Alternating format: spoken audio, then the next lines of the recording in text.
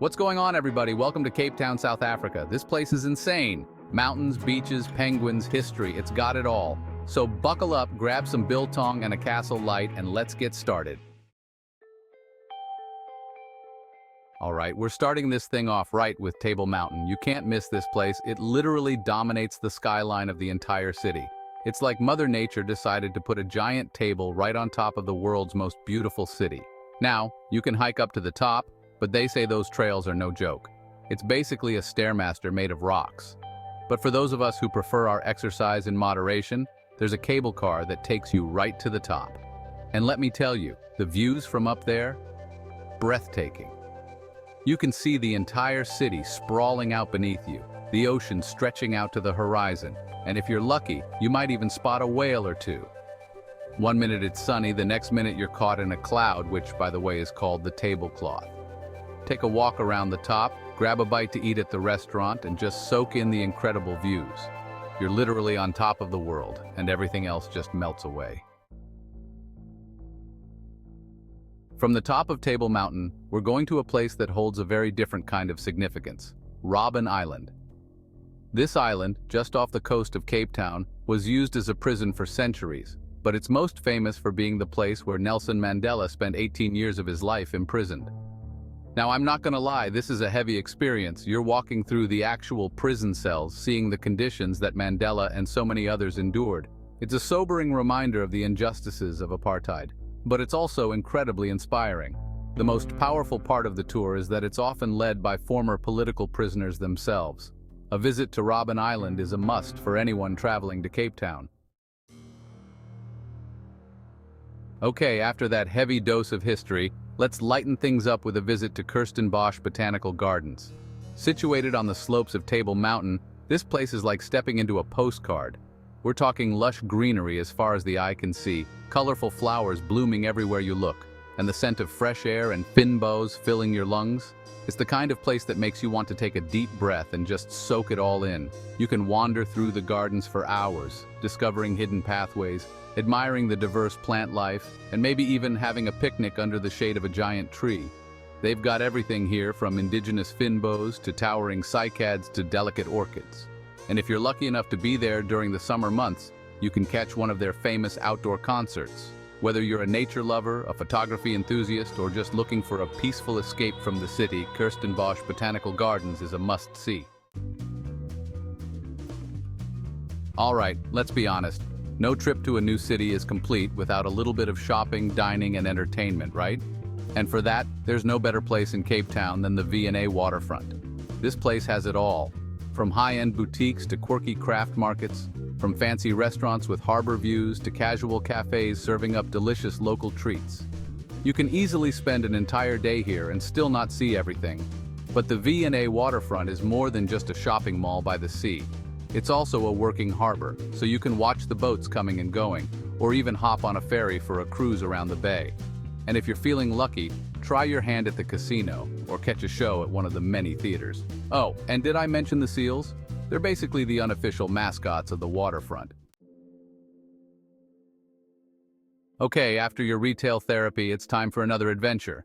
We're heading out of the city and making our way to Cape Point, the very southwestern tip of Africa. Now, this isn't just a geographical landmark, it's a place of incredible natural beauty. We're talking dramatic cliffs plunging into the ocean, waves crashing against the rocks, and the wind whipping through your hair as you stand at the edge of the continent. It's the kind of place that makes you feel small and insignificant, but also strangely alive.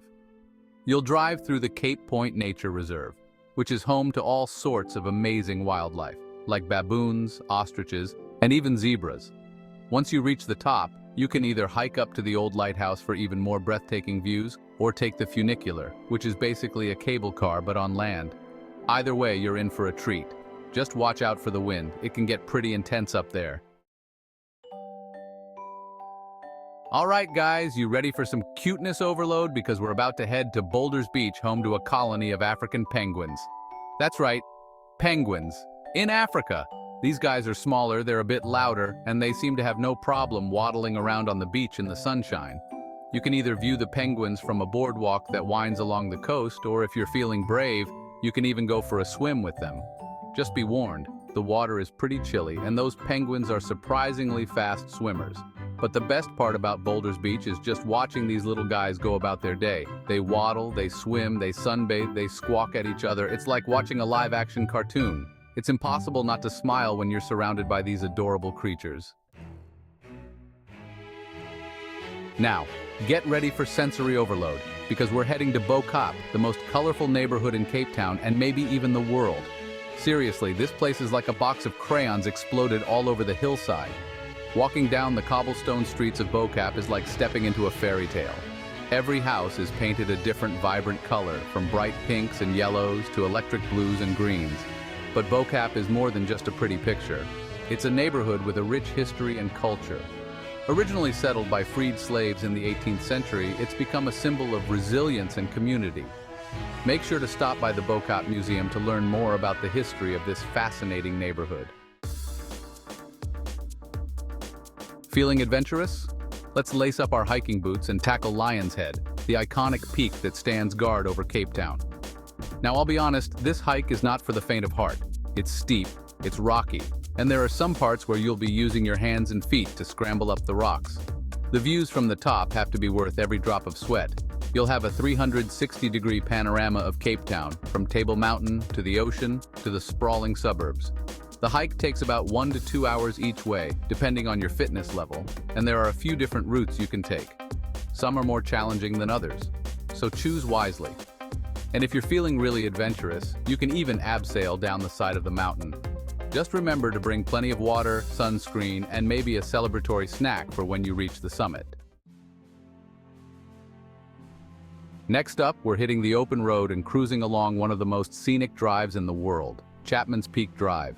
This winding coastal road hugs the cliffs of the Cape Peninsula, offering breathtaking views around every bend. Seriously, you'll want to have your camera ready at all times because every angle is a postcard moment. The drive itself is about 9 kilometers long, but you'll want to take it slow and savor every moment. There are plenty of lookout points along the way where you can stop, take photos, and just breathe in that fresh ocean air. And if you're feeling adventurous, there are also some hiking trails that branch off from the main road, leading to hidden coves and secluded beaches. Just watch out for baboons. They like to hang out in these parts, and they have a bit of a reputation for being mischievous. Chapman's Peak Drive is the perfect way to experience the raw beauty of the Cape Peninsula. Our final stop on our Cape Town adventure is a place that's both heartbreaking and inspiring, the District 6 Museum. This museum tells the story of District 6, a vibrant, multicultural neighborhood that was tragically destroyed during apartheid. In the 1960s, the apartheid government declared District 6 a whites-only area, forcibly removing over 60,000 residents from their homes and bulldozing their community to the ground. The museum itself is incredibly moving. It's built on the site of a former church that was one of the few buildings spared from demolition, and it's filled with personal stories, photographs, and artifacts from the people who once called District 6 home. You'll hear stories of families being torn apart, homes being destroyed, and lives being irrevocably changed. But you'll also hear stories of resilience, of community, and of the enduring human spirit. Visiting the District 6 Museum is a powerful experience. Well, there you have it, folks. The top 10 must-see sites in Cape Town, from the iconic Table Mountain to the colorful Bo-Kaap and the poignant District 6 Museum. Don't forget to like, comment, and subscribe for more travel guides and tips. Until next time, keep exploring, keep adventuring, and keep those travel dreams alive. See you in the next video.